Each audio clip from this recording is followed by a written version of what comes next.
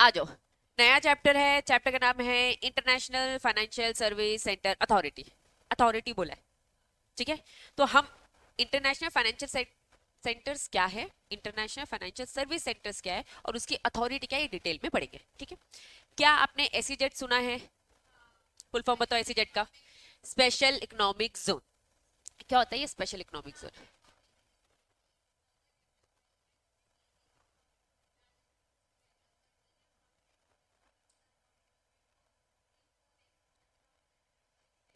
Very good. चलो आ जाओ।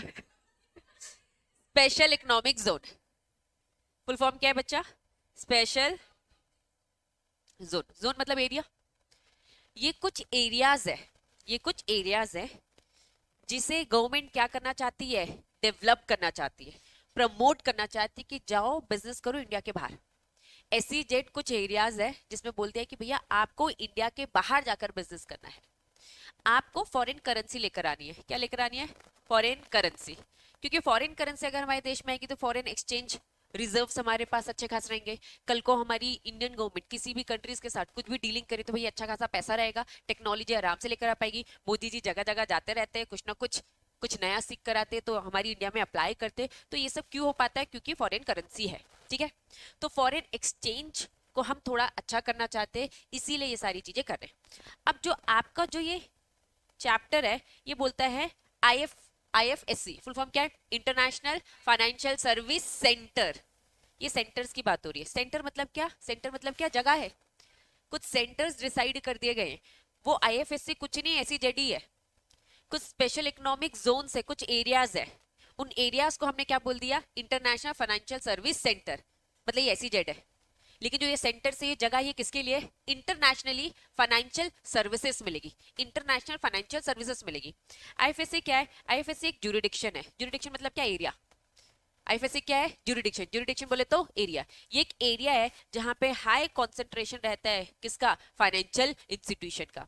अब ये फाइनेंशियल इंस्टीट्यूशन कौन कौन है? नाम सुना है बैंक का?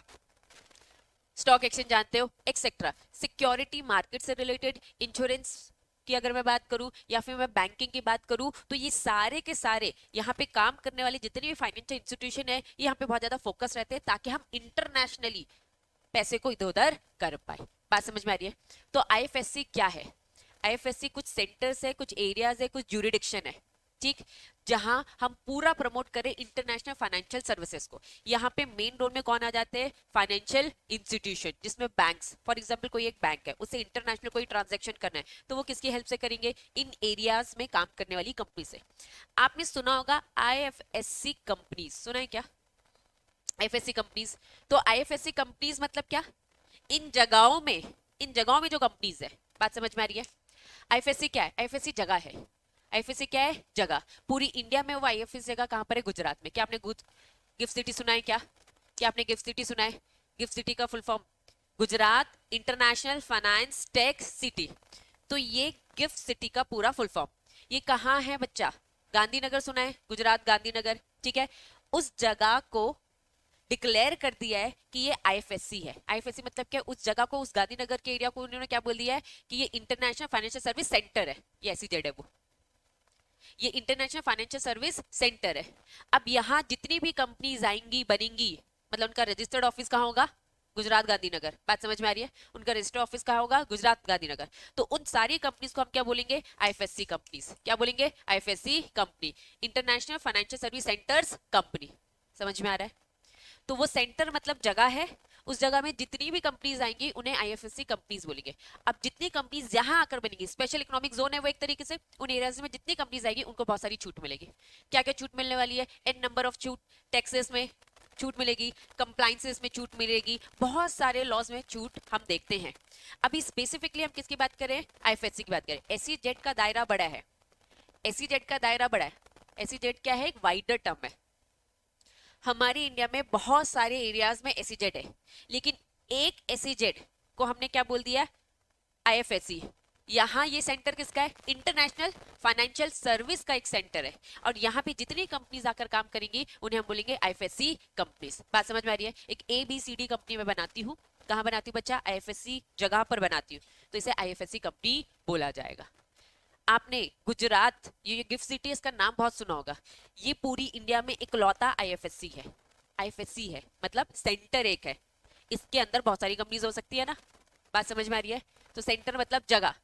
मैंने कहा गुजरात को डिक्लेयर कर दिया आईएफएससी, ठीक है। चलो एग्जाम्पल चेंज, जबलपुर को डिक्लेयर कर दिया है आईएफएससी, वापस जबलपुर को डिक्लेयर कर दिया आईएफएससी, मतलब जबलपुर क्या बन गया है? International financial service centre. Centre मतलब जगह।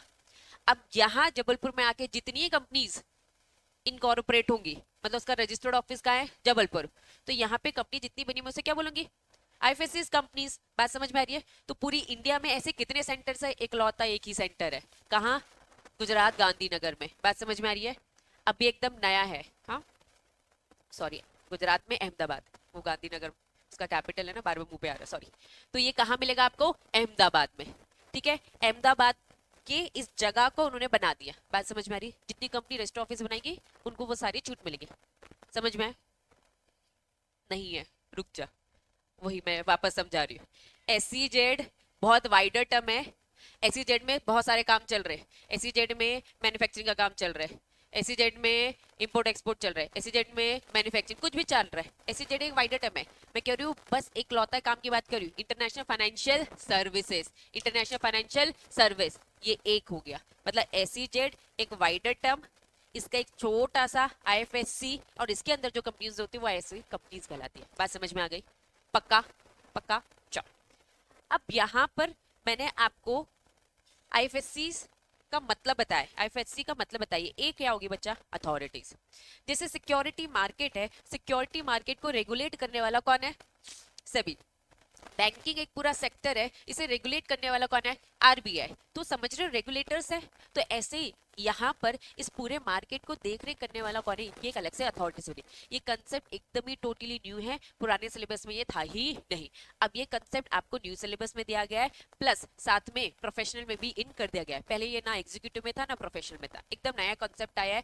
क्योंकि हमारे इंडिया ने इंटरनेशनल मार्केट को देखा भाई हमारी इंडिया को बहुत परेशान होना पड़ता था इंटरनेशनल मार्केट में, तो क्यों ना हम इस चीज को हमारी इंडिया में भी लेकर आए। तो ये एकदम न्यू कंसेप्ट ही आया है, बहुत ज्यादा पुराने नहीं। आपने अभी कभी न्यूज में सुना होगा एक आध साल में कि गिफ्ट सिटी आ गया, इंटरनेशनल एक्सचेंज आ गया हमारे देश में, हम बहुत अच्छे से क्या कर सकते हैं। पहले हमें बहुत प्रॉब्लम होती थी। आपने एडीआर जीडीआर तो सुना है?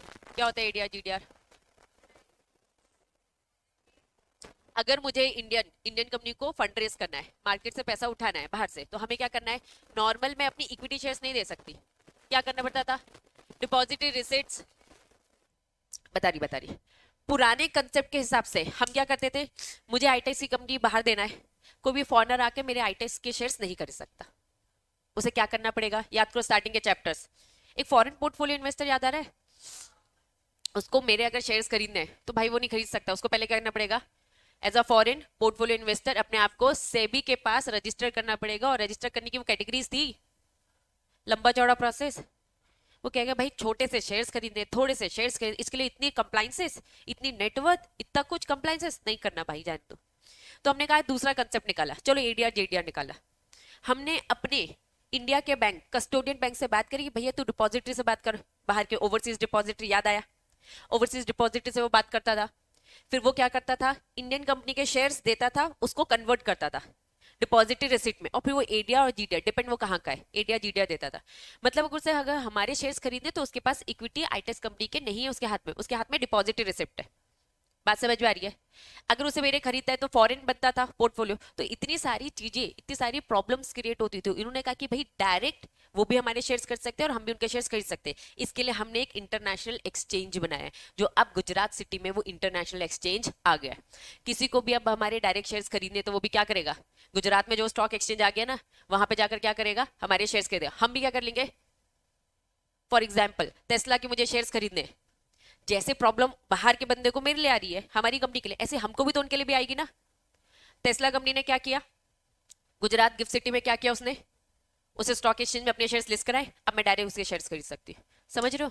काम बहुत इजी हो गया, जो अभी तक इजी नहीं था। हाँ इंडिविजुअली इधर आ सकते हैं जो छोटे छोटे। नॉर्मली मैं बॉम्बे नेशनल स्टॉक एक्सचेंज से अपने शेयर्स खरीद रही थी, यस और नो, ये हो रहा था। लेकिन टेस्ला कंपनी के खरीद पा रही हूँ बॉम्बे नेशनल स्टॉक एक्सचेंज? नहीं, वो थोड़ा नहीं आए, क्योंकि उनके फिर कंप्लाइंसेस अलग टाइप के, उन्हें इंडियन डिपॉजिटरी रिसिप्ट इशू करना पड़ेगा। मेरे पास क्या टेस्ला के शेयर्स मिलेंगे? नहीं। मैं क्या लूंगी, आईडीआर। जैसे उन्हें एडीआर जीडीआर मिल रहा था, ऐसे मुझे क्या मिलेगा, आईडीआर। इन कंसेप्ट को सीधा हटा दिया और मैं क्या कर सकती हूँ, सीधा टेस्ला के इक्विटी शेयर्स ले सकती हूँ। समझ में आ रहा है? क्योंकि उसने क्या किया है, इंटरनेशनल एक्सचेंज में लिस्ट करा लिया। अब हमारे लिए भी ये ईज कर दिया गया है। ये इस कारण से हो पाया है क्योंकि ये इंटरनेशनल फाइनेंशियल सर्विस सेंटर्स बनाया गया है। अब बहुत झगड़ा हो रहा था, ये कहाँ सेंटर बनाया गया, गुजरात, अहमदाबाद। हमारा बॉम्बे और नेशनल स्टॉक एक्सचेंज कहाँ है, मुंबई। तो महाराष्ट्र गवर्नमेंट ने लड़ाई तो करी होगी, न्यूज में था भी, सुना नहीं होगा उस टाइम पे, ठीक है, हम इतने एक्टिव नहीं रहते, ठीक है। तो महाराष्ट्र गवर्नमेंट ने बोला कि भैया जब बॉम्बे और नेशनल स्टॉक एक्सचेंज महाराष्ट्र में है, आप वहां क्यों लेके जा रहे, सरकार किसकी है, कहां से बिलोंग करते, ठीक है। तो घुमा फिरा कर बात नहीं करेंगे, सीधी बात उनकी तो चलेगी। उन्हें अपने स्टेट को प्रोग्रेस करना था, रिकॉर्ड नहीं होना चाहिए था वैसे, ठीक है। चलो, तो इन शॉर्ट कुछ नहीं, अंदर की पॉलिटिक्स तो होती है, उन्हें प्रमोट करना था। और हाँ, बिजनेस भी अच्छा खासा है, तो उन्होंने गुजरात की ही अहमदाबाद को ये डिक्लेयर कर दिया कि ये यहाँ पे आईएफसी सेंटर्स बनेगा। आखिरकार सरकार ने यहाँ बना दिया और यहीं से ये सारे काम हो रहे, अच्छा खासा काम स्टार्ट हो चुका है। तो अब पूरे, हाँ, तो इस पूरे चैप्टर में इसकी अथॉरिटीज के बारे में भी पढ़ेंगे। तो चलो आ जाओ, इंट्रोडक्शन समझ में आया, ठीक है। तो ये हाइलाइटर का क्रेडिट जाता है हमारी अनन्या को, ठीक है, बहुत अच्छा कलर इसने सेलेक्ट किया है। आ जाओ, international financial service authority act पढ़ेंगे अपन, ठीक है, इस पूरे चैप्टर में। और साथ में क्या पढ़ेंगे, इनके रेगुलेशंस। अगर किसी भी सिक्योरिटीज को यहाँ लिस्ट करवाना है तो इनके क्या टर्म्स एंड कंडीशन है। अभी तक हमने बॉम्बे और नेशनल स्टॉक एक्सचेंज की टर्म्स एंड कंडीशन पढ़ी थी, यहाँ लिस्ट कराने के लिए क्या टर्म्स एंड कंडीशन है, ये भी हम सारी चीजें पढ़ेंगे। तो ये दो चीज हम पढ़ेंगे, एक्ट पढ़ेंगे और रेगुलेशन। आ जाइए। अच्छा, सेबी भी दे रखा है, थोड़ा थोड़ा छोटा छोटा आता है, बस उन्होंने नाम लिखा होगा, हेडिंग यही सेम है। चलो, अब यहाँ पे हेडिंग क्या लिखा है, बैकग्राउंड समझा रहे कैपिटल मार्केट का, सिक्योरिटी सेक्टर्स का in the international financial service sector. Short में वो बहुत नहीं दे रखा, क्या दे रखा है ना, शॉर्ट में समझेंगे क्योंकि वो पूरा बैकग्राउंड है जो कि शॉर्ट में काफी कुछ आप समझ चुके हो। आ जाओ, क्या लिखा है, इंटरनेशनल फाइनेंशियल सर्विस सेंटर क्या करता है, हेल्प करता है किसको, डोमेस्टिक कंपनी को, किस में हेल्प कर रहा है, एक्सेस कर सके उनको, भैया इंटरनेशनल फाइनेंस मिल सके। पहले भी मिल रहा था एडीआर जीडीआर के थ्रू, अब थोड़ा सा काम इजी कर दिया, जैसे जैसे टाइम बीतता जाएगा चीजें ईज में आ जानी चाहिए। Next, they act channel of the foreign investment into Indian market. ये एक तरीके से बीच का मीडिएटर का काम कर रहा है कि भाई वहां का भी पैसा इधर आ सके, हमारा पैसा भी उधर जा सके, ठीक। Funds in centres can attract the capital for various sector including startup, infrastructure. अगर स्टार्टअप कंपनीज को पैसा चाहिए तो यहाँ से उठा सकते हैं, इंफ्रास्ट्रक्चर वाली कंपनीज को पैसा चाहिए तो इस मार्केट से उठा सकते हैं, मतलब इनके लिए ये अट्रैक्शन बन चुका है। Indian entities can raise capital through the foreign currency. हमारी इंडियन कंपनी भी क्या कर सकती है, वहां से फॉरेन करेंसी रेज कर सकती है। मसाला बॉन्ड सुना है, ठीक है, अब धीरे धीरे कुछ टर्म्स आप सीखोगे। बॉन्ड्स होते हैं, ठीक है, तो ये अलग टाइप ऑफ बॉन्ड्स है, इसको बस एक नाम दे रखा है मसाला बॉन्ड। डिटेल में मेरे ख्याल से अभी एग्जीक्यूटिव में तो नहीं है, प्रोफेशनल में मसाला बॉन्ड पढ़ोगे, कुछ टर्म्स एंड कंडीशन बस अलग रहती है, मिक्स रहता है, बहुत सारी चीजों को मिक्स, इसलिए इसको मसाला बॉन्ड बोलते हैं, ठीक है। इन दी आईएफसी सेंटर, इंडियन कंपनी में क्या कर सकती है, फॉरेन करेंसी में पैसा उठा सकती है। आपने आईएफएस ये पढ़ा था क्या, एफसीसीबी, एफ एफसीईबी, ये पढ़ा था, क्या थे, बॉन्ड्स थे, foreign currency convertible bond, foreign currency exchangeable bonds है ना, तो बॉन्ड्स का टाइप है बस।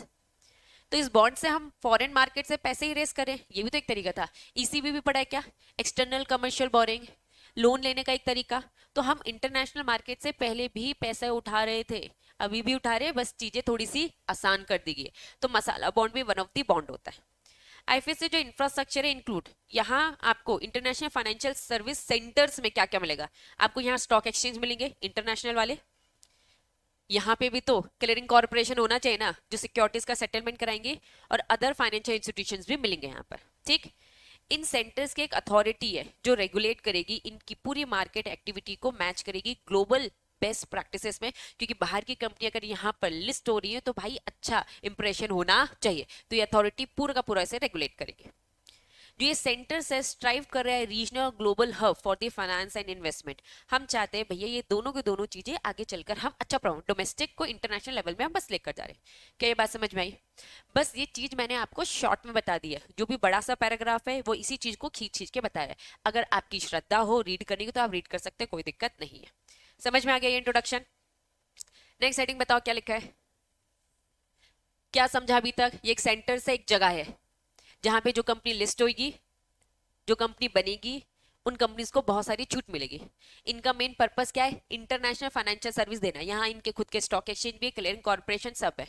तो अगर मैं मीनिंग बोलूँ, इंटरनेशनल फाइनेंशियल सर्विस सेंटर एक हब है जहां क्या करते हैं, ग्लोबल फाइनेंशियल सर्विसेज मिलती है। ये तीन सेक्टर मेजरली आपको दिखेंगे, ये तीन सेक्टर मेजरली आपको दिखेंगे। इन सेंटर्स में जो काम होता है, एसीजेड में बहुत सारे काम होते हैं, लेकिन एसीजेड का हमने एक एरिया पकड़ा है, कौन सा, इंटरनेशनल फाइनेंशियल सर्विस। ये फाइनेंशियल सर्विस में इन्होंने किन एरियाज की बात करी है, बैंकिंग की बात करी है। यहाँ इन्वेस्टमेंट से मतलब क्या है, सिक्योरिटी मार्केट से है, ठीक है। फिर इंश्योरेंस और अदर में छोटी मोटी चीजें भी आएंगी। तो मेजरली आपको ये तीन सेक्टर्स, ये तीन एरियाज इन जगह फाइनेंशियल, हम कह रहे हैं ना इंटरनेशनल फाइनेंशियल सर्विस, तो फाइनेंशियल सर्विस से इनका मतलब क्या है, फाइनेंशियल सर्विस मतलब बैंकिंग, सिक्योरिटी मार्केट, इंश्योरेंस। अभी हम पूरी लिस्ट भी पढ़ेंगे, ठीक, समझ में आ रहा है यहां तक। चलिए, यही चीज इन्होंने बस 2 पैराग्राफ में एक्सप्लेन करी। क्यों इंपॉर्टेंस है, छोड़ो मत देखो, खुद से सोचो। इन सेंटर्स की हमारे देश को क्यों जरूरत है, बताओ। ग्रोथ, फॉरेन करेंसी आए, इन्वेस्टमेंट इजी हो जाए और कनेक्शंस बने, यही लिखा है। इन सेंटर्स की इंपॉर्टेंस इसीलिए है क्योंकि हम financial service ecosystem primary because of 3 reasons. पहला रीजन क्या है, ग्रोथ चाहते, किसकी ग्रोथ चाहते, इंटरनेशनल फाइनेंशियल ट्रांजैक्शन हमारे देश में बढ़े, एक्सेलरेट करना चाहते हैं क्या, globalisation, financial globalisation. Next, accelerate करना चाहते हैं क्या, social economic growth of the host country. What do you mean by host country, जहां बन रहा है, हमने यहां बनाया ताकि हमारी कंट्री ग्रो करे, कहीं और भी है। बच्चों, ये सारे जो आईएफएससी सेंटर्स हैं इंटरनेशनल लेवल में, वर्ल्ड लेवल में, दूसरी कंट्रीज में ऑलरेडी हैं। हमने अब जाकर इसमें सोचा और लॉ बनाया है बाकियों को देखकर, ठीक है। चलो, क्या लिखा है फर्स्ट वाला पॉइंट, ग्लोबलाइजेशन फाइनेंस जो हम कर रहे हैं वो पूरा का पूरा वर्ल्ड लेवल में बस कर सके, हम दूसरी कंट्री से भी क्या कर सके, फाइनेंस आसानी से ले सके। पहले और दूसरे में डिफरेंस क्या है, पहला क्या बोल रहा है, ट्रांजैक्शन स्मूथली हो, दूसरा क्या बोल रहा है, जो ये फाइनेंस है ना, हम देश के, वर्ल्ड के, दुनिया के हर हर कोने से हम ये पैसा ले सके। लेकिन ऐसा नहीं होता, इतना आसान नहीं है, ये बात समझना। हमारी इंडिया का ना जिन जिन कंट्रीज के साथ क्या होगा, अग्रीमेंट होगा, MOU, full form memorandum of understanding. Simple language में बोलूं तो अग्रीमेंट, थोड़ा सा टेक्निकल लॉ की भाषा में बोलूं तो MOU, ठीक है। अदरवाइज मैं कहूंगी सिंपल, हमने अग्रीमेंट, हमारे देश ने जिन जिन के साथ अग्रीमेंट कर रखा है ना, उन्हीं के साथ ये काम पॉसिबल है, क्योंकि बाकी सबके साथ क्या होगा, पंगे आएंगे। अगर मैं कह रही हूँ कि चलो पाकिस्तान से हम लड़े, हमारी लड़ाई चलती है, वो कहेगा हमें यहाँ पे लिस्ट करना है, तो हम उसे फंसाएंगे ना हर तरीके से, हम नहीं आने देंगे। तो इसीलिए आप ऐसे किसी भी दूसरी कंट्रीज के पास नहीं जा सकते जिनका हमारा और उन देशों का टाई अप नहीं है। अदरवाइज आप बिजनेस करोगे तो आप बहुत ज्यादा लॉस में जाने वाले, क्योंकि वहां से छूट मिलने नहीं वाली, हम भी आपको यहाँ से छोड़ेंगे नहीं। तो इसलिए जितने भी बिजनेसमैन होते हैं उनको साफ बोल दिया जाता है, भैया ऐसी कंट्रीज के पास जाओ जिनसे हमारा थोड़ा सा उठना बैठना चलता है, मोदी जी जिनके यहाँ थोड़े घूम कर आ चुके हो, अदरवाइज दिक्कत आपको भी होगी और हमें भी होगी, ठीक है। चलो, इन्होंने ये लिखा है, जो ये गुजरात इंटरनेशनल फाइनेंशियल जो टेक सिटी है गुजरात गिफ्ट, ये क्या है, एक तरीके का एसीजेड है, ठीक है। ये क्या लिखा है, मिडन एक तरीके से क्या होता है, यंग, अभी जस्ट मॉडर्न आया है, बूस्ट में है, आगे चल के बहुत होने वाला है, ठीक है। बहुत मुश्किल से अभी फाइनली यहाँ आपको दिख रहा है, ठीक है। पढ़ क्या रहे, हेडिंग क्या है, आईएफएससी सेंटेंस की जरूरत क्या है, स्टार्टिंग के 3 रीजंस प्लस जनरल बातें करे ये लोग। इनका सेटअप हमने इसलिए किया है, बहुत सारे इंडियन लोग हैं, इंडियन कंपनी है जो कि अपना पैसा बाहर जाके लगा रही है, क्योंकि उन्हें यहाँ पे ग्रोथ कुछ दिख नहीं रही है। तो हमें यहाँ पे वो इंफ्रास्ट्रक्चर देना चाहिए कि नहीं देना चाहिए। ये बस ऐसे ही है, अगर हम जबलपुर की बात करें तो जबलपुर में सारी चीजें अच्छी हो जाएंगी तो यहाँ के लोग बाहर जाएंगे ही नहीं, यहीं रहेंगे। सेम इंडिया में अगर सारी फैसिलिटीज मिल जाएंगी तो इंडिया के लोग बाहर जाएंगे ही नहीं। तो यहाँ पे बस यही कह रहे हैं कि सेटअप कर रहे हैं, हमने इसका आईएफएससी का सेटअप किया है इंडिया में, to bring back the financial services and transaction currently carried out in the offshores, offshores मतलब बाहर, abroad financial centers by the Indian corporate entity to center which are physically in on a Indian soil। जो हमारे भारत की जमीन के लोग हैं वो बाहर जाके ये सारे काम करें, इससे अच्छा वापस आओ, यहाँ वो इंफ्रास्ट्रक्चर, ये फैसिलिटी, सारी चीजें हम दे रहे, इसीलिए आईएफएससी की हमें जरूरत पड़ी। ये बहुत इमोशनल डायलॉग बस उन्होंने मारा है, दैट्स इट। आप भी अपने एग्जाम में मारिए, ठीक है। इंटरनेशनल चीजें आएंगी तो फेमा तो आएगा ही, फॉरेन करेंसी, फेमा, आरबीआई, ये सारे लोग आएंगे, लेकिन इनकी तो खुद की एक अथॉरिटी है, इस अथॉरिटी में सारा समअप है, उसकी अथॉरिटी को ही बहुत सारी पावर्स दे रखी है, ठीक है। चलिए नेक्स्ट उन्होंने बोला हमने बहुत सारे बेनिफिट्स दे रखे टैक्सेस, हमें ये तो वाले लॉ के कंप्लाइंसेस कम होते हैं, टैक्स कम होते हैं। अब थोड़ा सा स्पेसिफिक पढ़ेंगे, थोड़ा सा स्पेसिफिक पढ़ेंगे कौन कौन से टैक्स।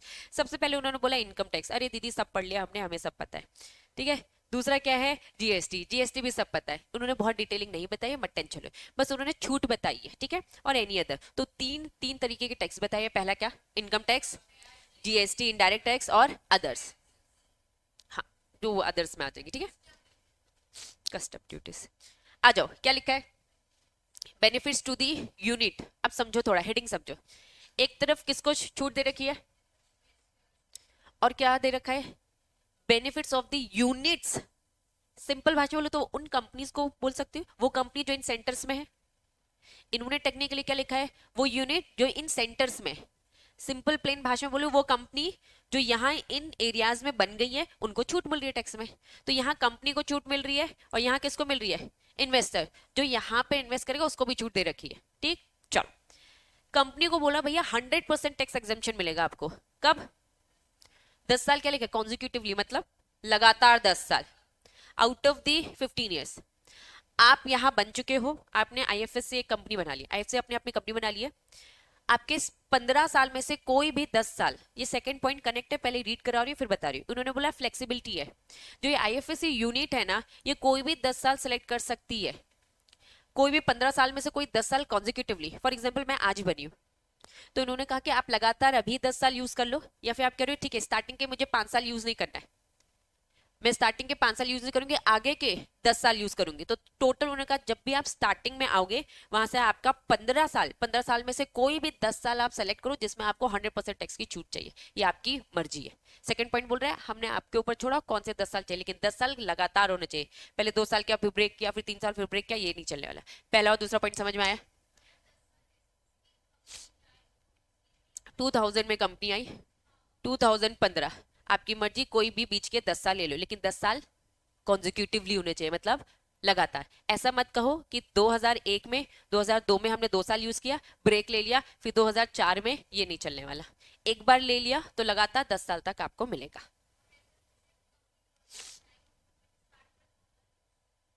हाँ हाँ आई 2000 में, लेकिन अभी यूज नहीं कर रहे हो ना, टैक्स की छूट नहीं ले रहे हो। हाँ सीधा तुम कह रहे हो कि आप 2002 से लोगे, ले सकते हो, कोई दिक्कत नहीं। पहले 2 साल ब्रेक लेना चाहते हो, उसके बाद लोगे 10, ले सकते हो। क्लियर है। छूट किस में मिल रही है, इनकम टैक्स में। टैक्स कौन सा, इनकम टैक्स, ठीक है। चलो ये सुना है क्या मैट, अभी नहीं सुना, मेरे ख्याल से एग्जीक्यूटिव में है क्या, हमारे टाइम पे तो फाइनल में होता था, है एग्जीक्यूटिव में, ठीक है। थोड़ा सा देखा, ज्यादा सा तो फिर प्रोफेशनल में होगा। Full form minimum alternative tax, इसका दूसरा नाम ही है ऑल्टरनेट मिनिमम टैक्स, एक ही बात है, दोनों एक ही बात है। या तो मिनिमम ऑल्टरनेटिव टैक्स बोलो या फिर ऑल्टरनेटिव मिनिमम टैक्स बोलो। इसकी एक पूरी कहानी है, अभी डिटेल में तुम लोगों ने कुछ पढ़ा नहीं है, आएगा जब आएगा तब समझना, ठीक है। रिलायंस कंपनी को पूरा क्रेडिट जाता है, आधे से ज्यादा जो हमारे इंडिया के लॉज है टैक्स को लेकर या कंपनी लॉ को लेकर, मेजरली टैक्स को लेकर, ठीक है। रिलायंस कंपनी कोई ना कोई लूपहोल निकालती थी, हाँ लूपहोल्स, वैसे तो लॉयर बहुत लीगल लोग बैठे रहते हैं, नाम उनका जाता है, ठीक है। रिलायंस कंपनी कोई ना कोई लूपहोल्स निकालती थी और टैक्स से बच जाती थी। बहुत सालों तक उन्होंने 0% टैक्स दिया है, जबकि एक कंपनी जो इतना मुनाफा कमा रही है वो कैसे इतना टैक्स दे सकती है, कोई टैक्स नहीं दे रही है और तब भी चले जा रही है, चले जा रही है, ऐसा कैसे पॉसिबल है।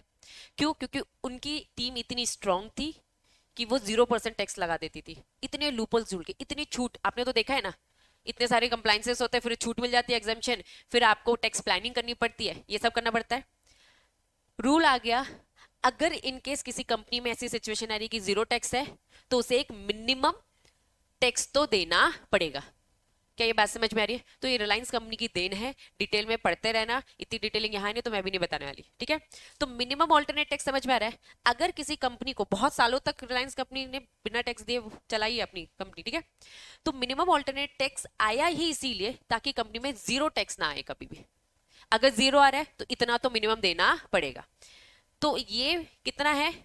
9%। जितना भी आपका बुक प्रॉफिट आ रहा है 9% लगता है नॉर्मल कंपनी में। नॉर्मल कंपनी में इतना 9% बुक प्रॉफिट का। बुक प्रॉफिट कैसे कैलकुलेट होता है ये नहीं बताऊंगी, वो कैलकुलेशन का पार्ट है, ठीक है? जितना भी आपका बुक प्रॉफिट होगा उसको 9% मिनिमम टैक्स तो आपको देना पड़ेगा। ये नॉर्मल कंपनी में लगता है। इसमें क्या मिल रही है? इनमें क्या बोलिए भैया, हम छूट दे रहे हैं आपको। 9% book profit apply to companies setup. उनकी बात करें उन कंपनीज को जो क्या है, सेटअप है यहां इन एरियाज में। MAT is not applicable. MAT पूरे से नहीं, इनको बोला कि इनको 9% लगेगा, कुछ को क्या बोला 9% लगेगा, कम टैक्स लगेगा, बाकी सबको ज्यादा लगेगा। और मैट एप्लीकेबल ही नहीं होगा अगर उन्होंने क्या ऑप्ट किया, न्यू टैक्स रेजिमेंट। क्या होता है ये? न्यू वाली जो है, ठीक है? हाँ, नहीं नहीं मैं बता रही, आपकी कंपनी में कौन सा लग रहा है। अब अगर न्यू होगी ना तो टैक्स नहीं लगने वाला। ये तो पुरानी बुक बनी है, पहले का बना है। इन्होंने क्या बोल रखा है, अगर आप ओल्ड टैक्स रेजिमे में आ रहे हो, ओल्ड लॉज लग रहे हैं तो आपको 9% बस देना है। न्यू में आ रहे हो तो आपको कुछ देने की जरूरत नहीं है। तो झक मार कर भी इंसान क्या कहेगा, मैं तो किस में आऊंगा, न्यू में आऊंगा, क्योंकि न्यू में तो मैट लगेगा ही नहीं। ओल्ड से वो बस प्रमोट कर रहे कि न्यू में आ जाओ, न्यू में आ जाओ। जितने ओल्ड होते रहते धीरे धीरे चीजें उनकी कम होने लगती है, ध्यान दे। हाँ, न्यू में 0% है। न्यू लॉ, न्यू लॉ जो भी नए नए एप्लीकेबल, ये तो चेंज होते रहते हैं ना वापस। टैक्स में हमेशा चेंजेस आते रहते हैं, यस और नो, ठीक है? तो ये कह रहे हैं कि जो न्यू आया है, अब देखो एग्जैक्टली सेक्शन नंबर मुझे नहीं मालूम है, ठीक है? 11 AB अल्फाबेट जो भी तुम्हारे चलते होंगे, ठीक है? उन्होंने बोला जिसको न्यू का दर्जा मिल गया, कभी ना कभी ये न्यू भी पुराना हो जाएगा, उसके भी न्यू आ जाएगा, इसके भी न्यू आ जाएगा। तो जो न्यू एप्लीकेबल है, अगर न्यू वाली में अगर आप कवर होते हो तो आप पे टैक्स बिल्कुल नहीं लगने वाला, जीरो। अगर आप ओल्ड में जा रहे हो तो आपको 9% तो देना पड़ेगा। प्रमोट क्या करना चाह रहे हैं बताओ, न्यू। नए लॉस क्यों बनते हैं बच्चा? क्योंकि पुराने में कुछ ना कुछ कमियां रहती है, मॉडर्नाइज आना चाहिए, अपडेट वर्जन होना चाहिए। तो हम नहीं चाहते आप पुराने तरीके में जाओ, आप न्यू में हम आपको जीरो पकड़ा देंगे। फिर जो पुराने में जाएगा फिर उसको देना पड़ जाएगा। न्यू एडॉप्ट कर लो, इन शॉर्ट बस वही कह रहे हैं, ठीक है? अब क्या लिखा है next, dividend paid. Company dividend pay करती है, किसको पे करती है भाई? शेयर होल्डर को, ठीक है? 1 अप्रैल 2020, 1 अप्रैल 2020 जो भी डिविडेंड इनकम है जो डिस्ट्रीब्यूट किया है कंपनी ने, किसको कर रखी है बच्चा? Share holder. Tax in the hands of share holder. Company को क्या फायदा मिल रहा है? अब कंपनी को टैक्स पे करने की जरूरत नहीं है। होता क्या था पुराना सिक्योरिटी लॉ, जो मैं आपको पढ़ा रही हूँ, सिक्योरिटी लॉ में ये कंसेप्ट था, इस बार आपके सिलेबस से हटा दिया है, लेकिन क्योंकि यहाँ बोल दिया तो मैं अब आपको समझा रही हूँ। एक होता है DTT, dividend distribution tax, double T, सुना है क्या? Dividend distribution tax. ये टैक्स पहले कंपनी में लगता था, अमेंड किया और फिर क्या बोलते हैं ये किसको लगेगा अब? शेयर होल्डर को। डिविडेंड इनकम किसको हो रही है? शेयर होल्डर को। और टैक्स कौन देता था पहले? कंपनी। तो ये हटाकर इन्होंने चेंज क्या कर दिया? शेयर होल्डर को कर दिया, ठीक है? तो यहाँ इन्होंने ये बोल रखा है फायदा ये है कंपनी में नहीं लगेगा, कंपनी डिविडेंड दे, किसको लगेगा? Share holder. समझ में आ रही है चीजें? अब इनकम टैक्स की चीजें वापस। इनकम टैक्स में कुछ कुछ फायदे हैं, टैक्स के फायदे। पहला टैक्स का फायदा क्या? 100% छूट मिल रही है आपको। कोई भी 15 साल में से कोई भी 10 साल ले लो, लेकिन कॉन्जिक्यूटिवली मर्जी है आपकी, कोई भी 10 साल लो। नेक्स्ट क्या बोला? पुराने में जाओगे तो मैट देना पड़ेगा 9%। न्यू रेजिमे में आओगे तो एप्लीकेबल ही नहीं है, देने की जरूरत नहीं है। डिविडेंड डिस्ट्रीब्यूशन टैक्स किस पे लगता है? शेयर होल्डर को लगता है। कंपनी के बेनिफिट्स पढ़ रहे हैं ना, तो कंपनी में नहीं लगता, वो बस ये बता रहे, लेकिन इन जनरल भी वो हट चुका है, ठीक? अब आते हैं किसकी बात करें? जीएसटी। जीएसटी तो जानते हो, no GST on the service. क्या लिखा है? सर्विस लिखा है। सर्विस कौन सी? अरे, receive by international financial service. कोई भी सर्विसेज बाहर से लेकर इधर उसे रिसीव्ड हो रही है तो उस पर जीएसटी नहीं लगेगा। या फिर आईएफएससी क्या कर रहा है? सर्विसेज प्रोवाइड कर रहा है, चाहे वो ले रहा है सर्विसेज, चाहे वो सर्विसेज दे रहा है। किसको बच्चा? यहाँ पे प्रोवाइडेड किसी आईएफएससी को दे रहा है, या एसईजेड को दे रहा है, या ऑफशोर क्लाइंट किसी को भी दे रहा है, इन सब में जीएसटी नहीं लगे, मतलब इसको जीएसटी में मिल गई छूट। जीएसटी लगेगा सर्विसेज में अगर वो क्या करेगा? जानते हो डोमेस्टिक टैरिफ एरियाज क्या होते हैं? SEZ होती है क्या? हाँ, अगर ये भारत का मैप है, ये SEZ है, SEZ को हमने क्या बोल दिया, इंटरनेशनल काम, तो इसके बाहर डोमेस्टिक टैरिफ एरियाज बोलते हैं, ठीक है। तो यहाँ पे उन्होंने क्या बोल दिया, जीएसटी भैया उन पे लगेगा। ये पूरा का पूरा IFSC क्या था, SEZ ही था ना, SEZ के अंदर की चीजें थी। तो भाई हम बाकी चीजों पे तो टैक्स लगाएंगे, तो ये बस आपको इनडायरेक्टली बता रहा है बाकियों में लगेगा, इसमें नहीं लगेगा। बात समझ में आ गई? अदर क्या बोलता, सरकार ना सब्सिडीज देती है। सब्सिडीज मतलब क्या होती है, कुछ छूट मिलती है, डिस्काउंट होता है। सिंपल भाषा में बोलो तो डिस्काउंट है। टेक्निकल लैंग्वेज में तो सब्सिडीज, नहीं नहीं वो सब्सिडीज नहीं, सब्सिडी जैसे गैस सिलेंडर में आपको सब्सिडीज मिलती है, मतलब सरकार अपनी पॉकेट से पे कर रही है, आपसे कम पैसा डिस्काउंट में आपको मिल रहा है। टेक्निकली सब्सिडीज, नॉर्मल लैंग्वेज में डिस्काउंट। सरकार बहुत सारी सब्सिडीज देता है, किस में दे रहा है, लीज रेंट में। आपने लीज सुना है, कहाँ पढ़ा ये कंसेप्ट, लेसर लेसी लीज सुना है, जिगल में सुना है। क्या होता है लीज, रेंट पे लेते हो चीजें। आधे से ज्यादा गवर्नमेंट की जितनी भी खान सुना होगा, माइंस वगैरह का काम सुना होगा, ठीक है, पूरे कोयले की खान, ये सारी चीजें गवर्नमेंट की रहती है, सरकार को रहती है। सरकार लीज में देती है, भाई पूरा 1 साल का टेंडर है, 1 साल का कॉन्ट्रैक्ट है, जितना कोयला निकालना है कोयला निकालो, फिर गवर्नमेंट के पास वापस आ जाएगा, फिर से टेंडर खुलते हैं, फिर कोई लीज भरेगा, तो ऐसा रहता है। तो मैंने एग्जाम्पल दिया, एक लीज का एक एग्जाम्पल दिया है। तो लीज के जो भी रेंटल होंगे, PF मतलब क्या, प्रोविडेंट फंड का जो भी कॉन्ट्रीब्यूशन होगा, इलेक्ट्रिसिटी जितनी भी चार्जेस होंगे, इन्होंने बस बोल रखा है इन सब में भारी भरकम क्या मिलेगी, सब्सिडीज। मान लो सरकार ने अगर बोल रखा है कि लीज कॉन्ट्रैक्ट आपका रहेगा 2 करोड़ का, पूरे 1 साल में आप हमें 2 करोड़ दो, तो इसमें क्या मिलेगी आपको, सब्सिडीज मिलेगी। किसको मिलेगी, IFSC कंपनीज को। IFSC कंपनीज बोला बाकी सबसे मैं 2 करोड़ लूंगा, आपसे बस मैं 1 करोड़ लूंगा या फिर 50 लाख लूंगा। तो इस टाइप की सब्सिडीज सरकार देती है। पढ़ क्या रहे, हमने पढ़ा IFSC कंपनीज यूनिट्स को मिलती है भारी भरकम छूट। इनकम टैक्स में क्या छूट मिलती है पता चल गया, GST में क्या छूट मिलती है पता चल गया, एनी अदर भी बेनिफिट्स मिलते हैं। समझ में आया? ये तो थी कंपनीज की बात। अब किसकी बात करेंगे, आ जाओ इन्वेस्टर्स। ठीक है, इन्वेस्टर कौन, इस कंपनी के इन्वेस्टर्स है। जो भी इंटरेस्ट इनकम पेड की जा रही है, बाहर के लोग भी तो इसमें इंटरेस्ट दिखा रहे हैं ना, non resident. In non resident को इनकम हो रही है, कौन सी इनकम हो रही है, इंटरेस्ट की। बाहर के लोगों के जो कुछ भी इसकी इनकम वो अर्न कर रहे हैं, तो मनी लेंड टू, इन्होंने ये दे रखा है FSC यूनिट्स को, साफ क्या बोल दिया, इसमें टैक्स नहीं लगेगा। नॉर्मली आप इनकम टैक्स पढ़ रहे हो, इंटरेस्ट से जो कमाई होती है उसमें भी टैक्स लगता है, लेकिन इनको क्या बोल दिया, इंटरेस्ट की कमाई में टैक्स लगने वाला नहीं है। समझ में आ रहा फायदा। लॉन्ग टर्म बॉन्ड्स, रुपी डिनोमिनेटेड बॉन्ड्स, जो भी लॉन्ग टर्म बॉन्ड्स होंगे, जो भी इंडियन करेंसी वाले बॉन्ड्स होंगे, लिस्टेड जो इन IFSC एक्सचेंज में लिस्ट है, टैक्स जो लगाया जाएगा लोअर रेट से लगाया जाएगा। बॉन्ड्स वगैरह में जो आपकी इनकम हो रही है टैक्सेबल है, लेकिन क्या है, 4% लगेगा। किसकी बात हो रही है यहाँ, नॉन रेसिडेंट की बात हो रही है, बाहर के बंदे, क्योंकि हम प्रमोट करें ना, आओ हमारे देश में पैसा लगाओ, इसमें टैक्स नहीं लगाएंगे हम। आपने इनकम टैक्स में पढ़ा होगा, हमारे देश का एक भी पैसा जाएगा, सरकार क्या बोलती है, टैक्स देकर जाओ। ये बाहर का बंदा इंटरेस्ट की कमाई लेकर जा रहा है, बोला जाओ, प्रमोट कर रहे हैं हम किसे प्रमोट करें, IFSC सेंटर्स को, हम SEZ को प्रमोट करो, जाओ कोई दिक्कत नहीं है। इन्होंने कहा कि भाई अगर लिस्ट है ना यहाँ पर, तो हम टैक्स रेट थोड़ा सा कम लगाएंगे, लेकिन थोड़ा सा कम। क्लियर है, पक्का? ट्रांसफर्ड, क्या ट्रांसफर कर रहे, स्पेसिफाइड सिक्योरिटी, स्टार दिख रहा है, उन्होंने कहा पहले डेफिनेशन पढ़ लो। स्पेसिफाइड सिक्योरिटीज का मतलब सीख लो पहले, ठीक है। स्पेसिफाइड सिक्योरिटी से मतलब क्या है, बॉन्ड्स। GDR जानते हो, GDR global deposit reserve, foreign currency denominated bond, ठीक है, foreign currency denominated bond, foreign currency convertible exchangeable, उन सब की बात कर रहा है।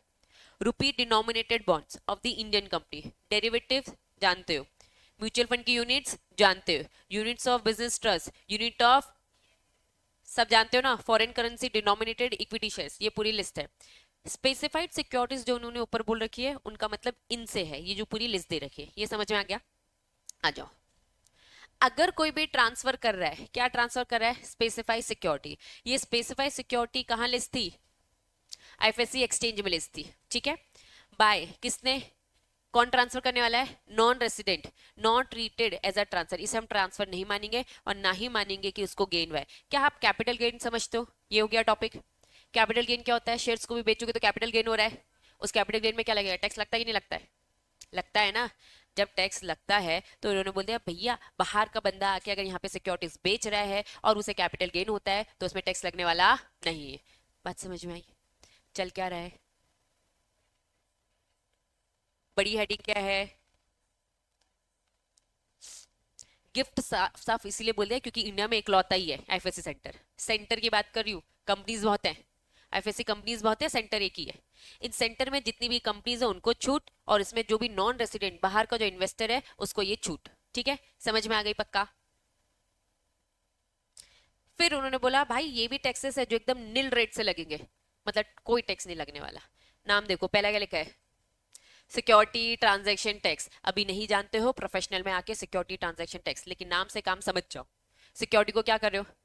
ट्रांसफर करो, इसको हम ट्रांजैक्शन बोलेंगे, इस पे लगने वाला टैक्स नहीं लगाएंगे। नेक्स्ट क्या लिखा है? जैसे सिक्योरिटीज हो रही है उसमें कॉमोडिटी, कॉमोडिटी में डेरिवेटिव कॉमोडिटी, ये सारी चीजें। डिविडेंड डिस्ट्रीब्यूशन टैक्स अभी ऊपर पड़ा। लॉन्ग टर्म कैपिटल गेन अभी हमने पढ़ा ना कि कैपिटल गेन भी हो रहा है तो नहीं मिलेगा, शॉर्ट टर्म कैपिटल गेन, ये सारे टैक्स आपको नील रेट से लगेंगे। That's it. तो अपने क्लाइंट को क्या सजेस्ट करने वाले हो? अगर आप इंटरनेशनल काम करना चाहते हो, यहाँ जबलपुर में बैठ के अगर इंटरनेशनल काम करोगे तो बच्चा भारी भरकम इन सारे कंप्लाइंसेस से गुजरना पड़ेगा। इनको कहाँ सेटअप करो? आईएफएससीज में, है ना, गिफ्ट सिटीज में जाओ। ठीक है, उन सेंटर्स में अगर आप करोगे तो ये सारी छूट मिलेगी। यही कंसल्टेंसी आपको इतना सब पढ़ाया इसलिए जा रहे हैं क्योंकि आप कंसल्टेंसी प्रोवाइड कर सके। कहीं ना कहीं स्टिक हो जाते हैं, हाँ यार एग्जाम में क्या लिखेंगे, एग्जाम में क्या लिखेंगे, ठीक है वो भी सोचना है, वो गलत बात नहीं है क्योंकि सीएस बनेंगे तभी कंसल्टेंसी दे पाएंगे, लेकिन स्टिल थोड़ा सा प्रैक्टिकल से भी रिलेट करो। ये पढ़ाया इसलिए जा रहा है ताकि आप ये फैसिलिटी दे सको। टैक्स भी इसीलिए पढ़ाया जा रहा है क्योंकि नोन होने चाहिए ना ये सारी चीजें। आप ये नहीं कह रहे कि भैया आप टैक्स लगाओ, लेकिन कहाँ छूट मिल रही है ये तो पता चले। ठीक है, चलो कौन सा वाला? ए का सेकंड वापस। ये से मैंने ये बताया ये इंडिया है, समझ जाओ मेरी इंडिया है ये, ठीक है। यहाँ एसी जेड है, ठीक है। एसी जेड को छोड़कर बाकी सारे एरियाज को हम क्या बोलते हैं? Domestic tariff, domestic tariff areas. Tariff मतलब होता है टैक्स। ए का सेकंड, सॉरी, ठीक है ये समझ में आ गया। प्रोवाइडेड टू, पहला वाला समझ में आ गया। आईएफएससी मतलब आईएफएससी सेंटर्स में जो भी रिसीव्ड हो रही है उसमें जीएसटी नहीं लगेगा। जो भी हम प्रोवाइड कर रहे हैं, हम किस किस को प्रोवाइड कर रहे हैं समझना। हम किसको कर रहे हैं? दूसरे आईएफएससी सेंटर्स को। क्या इन्होंने बताया इन इंडिया या आउटसाइड इंडिया? सबको कवर कर रहे हैं। इंडिया में तो एक लौता ही है, इंडिया में गुजरात है। एक आईएफएससी कंपनी दूसरी आईएफएससी कंपनी जो गुजरात में ही होगी, अहमदाबाद में ही होगी, आजू बाजू भले उसकी बिल्डिंग होगी, उसको दे रहे हो तो भी छूट। या फिर किसे दे रहे हो? एसीजेड यूनिट्स को दे रहे हो, छूट। और क्या लिखा है? इंडिया के बाहर, ऑफशोर मतलब अब्रॉड का जो भी क्लाइंट है, मतलब बाहर ही दे रहे हो। बाहर दे रहे हो या इंडिया में रह के एसीजेड में, और इंडिया में देके आईएफएससी सेंटर्स में जो दूसरी कंपनीज है उन सब में आपको छूट मिलेगी। क्लियर है? चलो यहां तक चीजें क्लियर? बहुत जनरल टॉपिक, फिर से रिपीट मार रहे हैं। हेडिंग बताओ क्या लिखा है? क्यों आईएफएससी की जरूरत है? पहला पॉइंट, ऑन ऑफ सोरिंग बाहर, ऑन सोरिंग मतलब क्या होता है? इंडिया। क्या मैं इसे इंडिया बोल दूं? Onshoring the offshoring international financial service, मतलब डोमेस्टिक को हम क्या करना चाहते हैं? ऑफ सोरिंग जो इंटरनेशनल फाइनेंशियल सर्विस है, setup transform India from being importer to becoming exporter. अभी तक हम क्या कर रहे थे? ले रहे थे, हम बाहर से बस पैसा ले रहे थे। हम क्या करना चाहते हैं? हम भी पैसा देना चाहते हैं। इन शॉर्ट इंपोर्टर थे हम, इंपोर्टर बने घूम रहे थे। इंपोर्टर मतलब क्या? बाहर से सामान लेके आ रहे थे। अब हम क्या चाहते हैं? हम भी ग्लोबल लेवल में एग्जिस्ट करना चाहते हैं, हम भी धंधा करना चाहते हैं, हम भी बिजनेस करना चाहते हैं, हम भी स्टैंड लेना चाहते हैं। एक्सपोर्टर बनने में फायदा है, ठीक है। एक्सपोर्टर बनने में क्या फायदा है? हमारे देश में फॉरेन करेंसी आएगी, ठीक है। तो ऑनसोरिंग करना चाहते हैं, हमारे देश में लेकर आना चाहते हैं। जो भी बाहर बाहर के जो भी पैसे फाइनेंस है उसको हम अपने देश में लेकर आना चाहते हैं। पहला पॉइंट, पूरी घिसी पिटी वही बातें लिखी है। और क्या करना चाहते हैं? इंडियाज इकोनॉमिक ग्रोथ, क्या लिखा है? ट्रांजैक्टिव मतलब पाथ। इंडियन इकोनॉमिक ग्रोथ को एक पाथ देना चाहते हैं, एक जगह देना चाहते हैं, ठीक है। तो ये लिखा है कि इंडिया को हम डेवलप करना चाहते हैं, as well as sustainable development goals है हमारे खुद के कि 2030 तक हम बहुत कुछ अचीव करना चाहते हैं। क्यों हम आईएफएससी सेंटर लेके आए? बहुत जनरल बातें करी उन्होंने। पहली बात क्या करी? बाहर के पैसों को देश में लेकर आना चाहते हैं। दूसरा क्या बोला? अपनी इकोनॉमी को डेवलप करना चाहते हैं, हमारे कुछ गोल्स है 2030 तक के, उस गोल्स को अचीव करना चाहते हैं। सस्टेनेबल ग्रोथ, ठीक है। बहुत जनरल बात है। एक और यहाँ पे क्या जा रहे हैं, पढ़ो बताओ। यंग टैलेंट जो भी हमारे देश में घूम रहा है भाई, यूज करो ना इसको, यही है जो हमारे देश को आगे बढ़ाएंगे। ये यंग ही टैलेंट होता है, बुजुर्ग एक्सपीरियंस देते हैं लेकिन चेंजेस वो बहुत जल्दी अडेप्ट नहीं कर पाते। यंगस्टर ही होते हैं जो चेंजेस क्या करते हैं, अडेप्ट कर पाते हैं। तो हम एक इंडियन यंग टैलेंट को यूज करना चाहते हैं इन शॉर्ट। ठीक, चले अब बहुत जनरल जनरल बात करेंगे, स्पेसिफिक बातें हो गई। क्या लिखा है, क्या फायदे हैं, हेडिंग से समझ में आए। फायदा नंबर 1, अपने रुपये को कहाँ लेकर जा रहे हैं, इंटरनेशनल में। ठीक है, गेटवे ऑफ दी इनबाउंड और आउटबाउंड कैपिटल फ्लो, मतलब आना और जाना करना चाहते हैं। ठीक है, एम्प्लॉयमेंट भी तो जनरेट होगा। बहुत जनरल बातें करी बच्चा, अब तुम लोग को थोड़ी फीलिंग आएगी बिजनेस इकोनॉमिक्स जैसे वाली। ठीक है, रीजनल फाइनेंशियल इंटीग्रेशन करना चाहते हैं, रीजनल को ग्लोबल लेवल में लेके जाना, इंटीग्रेट मतलब जोड़ना चाहते हैं। डेवलपमेंट करना चाहते हैं किसका, नीचे क्या होते हैं, अपॉर्चुनिटी काइंड ऑफ बोल सकती हूँ। एक पर्टिकुलर अपॉर्चुनिटी है जिसे क्या करना चाहते हैं बच्चा, डेवलप करना चाहते हैं। ये भी एक अपॉर्चुनिटी जो हमारे देश में मिसिंग थी, हम बहुत ज्यादा बाहर डिपेंडेंट थे। ठीक है, इनोवेशन इन द फाइनेंशियल, ये बहुत जनरल बातें हैं, अंदर का कंटेंट मन से ही लिखना है, हेडिंग याद होनी चाहिए। ठीक है, ये बेनिफिट्स की लिस्ट थी। अब इन्होंने क्या बताया, गिफ्ट सिटी के बारे में बताया। गिफ्ट सिटी क्या है बच्चा, एक आईएफएससी सेंटर है। वापस, गिफ्ट सिटी क्या है, एक आईएफएससी सेंटर। फॉर एग्जांपल मैं करूँ जबलपुर स्मार्ट सिटी, तुम लोग स्मार्ट सिटी इतने आसानी से लगा देते हो ना, स्मार्ट सिटी की एक प्रॉपर डेफिनेशन है। स्मार्ट सिटी के अंदर क्या आता है, स्मार्ट सिटी के अंदर आता है कि यहाँ पे रोडें हर जगह बनी है। स्मार्ट सिटी के अंदर आता है कि हर जगह लाइट्स लगी हुई है, ये इंफ्रास्ट्रक्चर बहुत अच्छा है। तुम लोग समझ रहे हो मेरी बात, स्मार्ट सिटी की एक प्रॉपर डेफिनेशन है। तो अगर जबलपुर स्मार्ट सिटी में है तो मतलब उसमें वो सारे कंप्लाइंसेस कंप्लीट करा है। सेम जैसे गुजरात सिटी है, ठीक है, तो गुजरात सिटी, गुजरात बोलो, गिफ्ट सिटी है। गिफ्ट सिटी के प्रॉपर डेफिनेशन है कि इसमें क्या क्या चीजें हैं, क्या क्या फैसिलिटी है, जिसमें से एक फैसिलिटी ये भी है कि भैया इंटरनेशनल फाइनेंशियल सर्विस हम ये सब दे रहे हैं। बात समझ में आ रही है, चलो। तो ये एक आईएफएससी है, गवर्नमेंट ने एक इनिशिएट लिया ये। अब इन्होंने थोड़ा सा डेटा दिया, ये डेटा एग्जाम में नहीं आएगा लेकिन जनरल नॉलेज के आपको पता होना चाहिए। मैंने बताया एकदम फ्रेश फ्रेश है ये, कब आया था देखो, स्टार्टिंग से जनवरी 2013 से ये लड़ाई चल रही थी। फर्स्ट कमर्शियल बिल्डिंग इनॉग्रेट की गई थी कब, 2013 में करी। फिर 15 में क्या किया, India first IFSC become operational, किसके साथ मिलकर काम किया, आरबीआई हो गया, सेबी हो गया। आईआईडीएआई क्या था, insurance regulatory development authority, notifying regulation, इनके साथ मिलकर फिर कंप्लाइंसेस बैठकर सॉल्व करें कि चलो अब सिस्टमैटिकली कैसे काम करेंगे। 2019 में ये एक्ट बना, हमने कहा कि एक अलग से एक्ट बना चाहिए क्योंकि खिचड़ी पक रही थी। आरबीआई कुछ और बोलेगा, सेबी कुछ और बोलेगा, इंटरनेशनल चीजें है ना, तो उन्होंने कहा एक अलग से अथॉरिटी बनाते हैं चलो। तो यूनियन पार्लियामेंट ने ये फिर पास किया, अथॉरिटी बनाए। फिर जब ये अथॉरिटी बनाई तो उसके पास पावर दी, आईएफएससी आईएफएससी ए अथॉरिटी। इस अथॉरिटी में सबकी पावर है, आरबीआई की भी पावर इसके पास है, सेबी की भी पावर इसी के पास, इंश्योरेंस कंपनी की अथॉरिटी की भी इसी के पास है, एक और आता है प्रोविडेंट फंड की अथॉरिटी। ये 4 अथॉरिटीज है, इन सब की मिक्स पावर इस अथॉरिटी को दी गई है। अभी आगे चल के डिटेल में बताएंगे, बस इन्होंने लिखा है कि अथॉरिटी बनाई और इनको पावर्स मिली। फाइनली नोटिफिकेशन आया फ्रेमवर्क वेरियस फाइनेंशियल सर्विसेज का, 2022 में आया। इसीलिए बहुत टाइम से वेट हो रहा था कि ये सिलेबस में ऐड ऑन किया जाए। अब जाके फाइनली जब ये कंप्लीट हो चुका है तो आपके सिलेबस में दे भी दिया ताकि आपको चीजें समझ में आ जाए। क्लियर है, बहुत जनरल बातें। यहाँ क्या क्या काम होता है बताओ, क्या क्या काम दिख रहा है, बैंक, इंश्योरेंस, कैपिटल मतलब पूरा सिक्योरिटी मार्केट आ गया, अदर फाइनेंशियल इंस्टीट्यूशंस। रुको, बैंक में क्या क्या लिखा है, इंडियन बैंक, फॉरेन बैंक। इन सेंटर्स में कौन कौन सी एक्टिविटीज होंगी, ठीक है, बैंकिंग से रिलेटेड एक्टिविटीज समझ में आ रही है। एसईजेड की अगर मैं बात करूं तो हम एक्सपोर्ट करें, एक्सपोर्टर है, जब एक्सपोर्टर करें तो उसको भी पैसे की जरूरत पड़ती है, तो उसे इंडियन बैंक से भी डील करनी पड़ती है और फॉरेन बैंक से भी। इंश्योरेंस, इंश्योरर हो गया, री इंश्योरर हो गया, ब्रोकर्स हो गए, फॉरेन इंश्योरर, इनके री इंश्योरर, तो इंडिया के भी और बाहर के भी। कैपिटल मार्केट में क्या बोला, stock and commodity exchange, clearing corporation, depository, broker dealer, ये तो समझ में आते हैं, पूरा सिक्योरिटी मार्केट समझ में आ गया।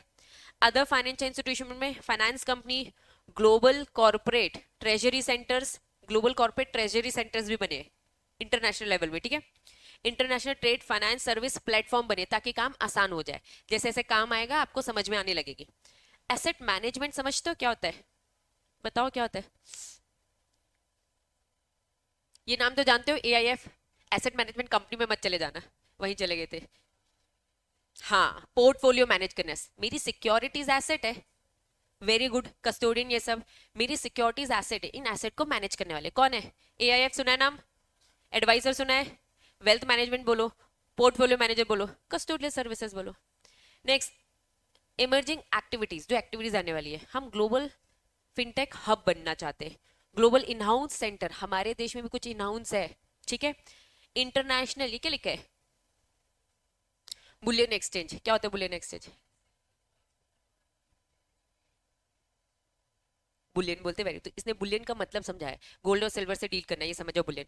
इसका stock exchange, Bombay stock exchange में सिक्योरिटीज है, बुलियन एक्सचेंज में गोल्ड एंड सिल्वर की लिस्टिंग है, उनसे रिलेटेड सिक्योरिटीज की लिस्टिंग है, बात समझ में आ रही है? तो बुलियन मतलब गोल्ड एंड सिल्वर में डील करना, उनका खुद का एक्सचेंज, क्लियर है? एयरक्राफ्ट लीजिंग फाइनेंस, समझ में आ रहा है? जैसे मैंने आपको लीज का एग्जाम्पल दिया, कोयले की खान का मैंने एग्जाम्पल दिया कि ये लीज पे है, ऐसे क्या है, एयरक्राफ्ट भी क्या होते हैं, लीज में दिए जाते हैं। Financing, sustainable finance, ancillary service, professional service provider, ये सारी लिस्ट है जो यहाँ इस प्लेटफॉर्म में आपको दिखेंगे। अब समझ में आया इंटरनेशनल फाइनेंशियल सर्विस सेंटर में कौन कौन सी सर्विसेज होती है? तो मेजरली कौन सी होती है? बैंक, इंश्योरेंस, कैपिटल मार्केट, और ये सब इनसे जुड़ी हुई चीजें, समझ में आया? ये पूरा बड़ा सा पैराग्राफ एकदम शॉर्ट में, इंटरनेशनल फाइनेंशियल सर्विस अथॉरिटी क्या है? एक रेगुलेटरी बॉडी है, सेटअप किया है किसने? इंडियन गवर्नमेंट ने, फाइनली ये बनकर तैयार 2019 में आ गया था ये अथॉरिटी। इसका काम क्या था? देखना, ओवरसी करना, क्या? सारे फाइनेंशियल सर्विसेज को, इंस्टीट्यूशंस को, जो भी यहाँ पे अभी हमने लिस्ट पढ़ी, कंबाइन इसके पास पावर, किस किस की पावर है? आरबीआई समझ गए, banking sector, SEBI security market, IRDA insurance, ये क्या है? प्रोविडेंट फंड, ठीक है। चलो, for this purpose IFSC aim to make India's IFSC center globally competitive, ठीक है, creating international regulatory framework, bring a new financial survey, start functioning gift city 2020 में gift city बनकर अच्छे से काम करना चालू किया था। फोकस इसका है हमें ईज ऑफ डूइंग बिजनेस करना है, दैट्स इट, यही चीज बस शॉर्टकट में बना था। इसका काम क्या है? ओवरसी करना, ग्लोबल कॉम्पिटिटिवनेस, गिफ्ट सिटी 2020 में आया, और ये 4 अथॉरिटीज है जिसकी मिक्स पावर है, अपनी बुक में इससे मार्क कर सकते हो, सेबी, आरबीआई। हाँ बेटा, इससे पहले वाले का भेज तो दिया था मैंने ग्रुप में, भेजा था ग्रुप में, अच्छा एनसीएस का छूट गया होगा, ठीक है ठीक है। चलो, तो ये आईएफएससी एक फाइनेंशियल अथॉरिटी इन इंडिया, इसके पास पावर है, एक्साइज पावर, 4 डोमेस्टिक, ये हमारे इंडिया के डोमेस्टिक रेगुलेटर्स थे, जो ये 4 नाम, समझ में आ गया? गिफ्ट सिटी, ये पूरी कहानी। अब मुझे बताओ क्या आईएफएससी आईएफएससी सेंटर समझ में आया? इस पे करने वाली काम कंपनी समझ में आया? यहीं पे इंटरनेशनल एक्सचेंज है, यहीं पे बुलियन एक्सचेंज भी है। बुलियन एक्सचेंज क्या बताया मैंने? सिल्वर गोल्ड में डील करने वाले एक्सचेंज हो गया, तो बुलियन एक्सचेंज, इंडिया का फर्स्ट बुलियन एक्सचेंज यहीं मिलेगा आपको, यहीं गिफ्ट सिटी में मिलेगा, यहीं अहमदाबाद में मिलेगा। मतलब मोदी सरकार ने पूरा महाराष्ट्र से काम खींचकर कहाँ लेकर गए? वहां शिफ्ट कर दिया, इंटरनेशनल चीजें यहाँ होंगी, अपना प्रमोशन, ठीक है। अब सत्ता में रहने का कुछ तो फायदा उठाएंगे ना। सेम चीजें रिपीट, जो ऊपर पैराग्राफ इन्होंने बताया, इन्होंने अपना भी कट शॉर्ट बता दिया। एफएससी क्या करता है? स्टैब्लिश एक यूनिफाइड फाइनेंशियल अथॉरिटी, गवर्नमेंट ने बनाई है, एक्ट गवर्निंग अथॉरिटी मैंडेट करता है क्या? डेवलप करेगा, रेगुलेट करेगा। 3 इंपॉर्टेंट चीजें, फाइनेंशियल इंस्टीट्यूशन को, फाइनेंशियल सर्विस को, फाइनेंशियल प्रोडक्ट, ये 3 वर्ड याद रखना, डिटेल में इसकी डेफिनेशन पढ़ेंगे। पहला, financial institution, financial services, financial product, इसको ये डेवलप करता है, रेगुलेट करता है। डेवलप रेगुलेट करेगा इंडिया में, 4 रेगुलेटर्स के अभी हमने नाम पढ़े, इनकी पावर्स है इसके पास, दैट्स इट। क्लियर है यहाँ तक चीजें? लास्ट टॉपिक, फिर छोड़ रही हूँ, ब्रेक दूंगी, ब्रेक मिलेगा। चलो चुप रहो। लीगल और रेगुलेटरी फ्रेमवर्क दिख रहे? जब ये गिफ्ट सिटी में आईएफएससी बनाया होगा कंपनी, ठीक है, लीगल फ्रेमवर्क क्या है? अब आ जाओ, कुछ एक्ट होंगे, रूल्स है। एक्ट कौन सा है?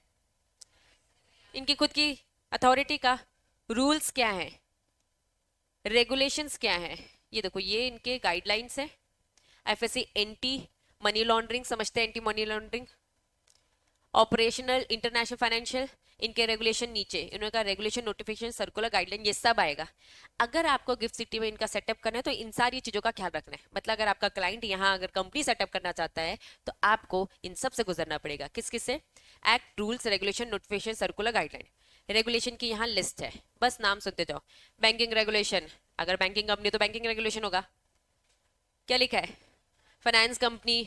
Next, registration of the insurance company, consolidate regulation, इसका भी कंसोल, लेकिन इसका इंश्योरेंस का और इसका रजिस्ट्रेशन ऑफ इंश्योरेंस का। कैपिटल मार्केट इंटरमीडिएट रेगुलेशन, कोई भी ब्रोकर है जो यहाँ डील करना चाहते हो तो यहाँ पे भी उसको करना पड़ेगा, ठीक है।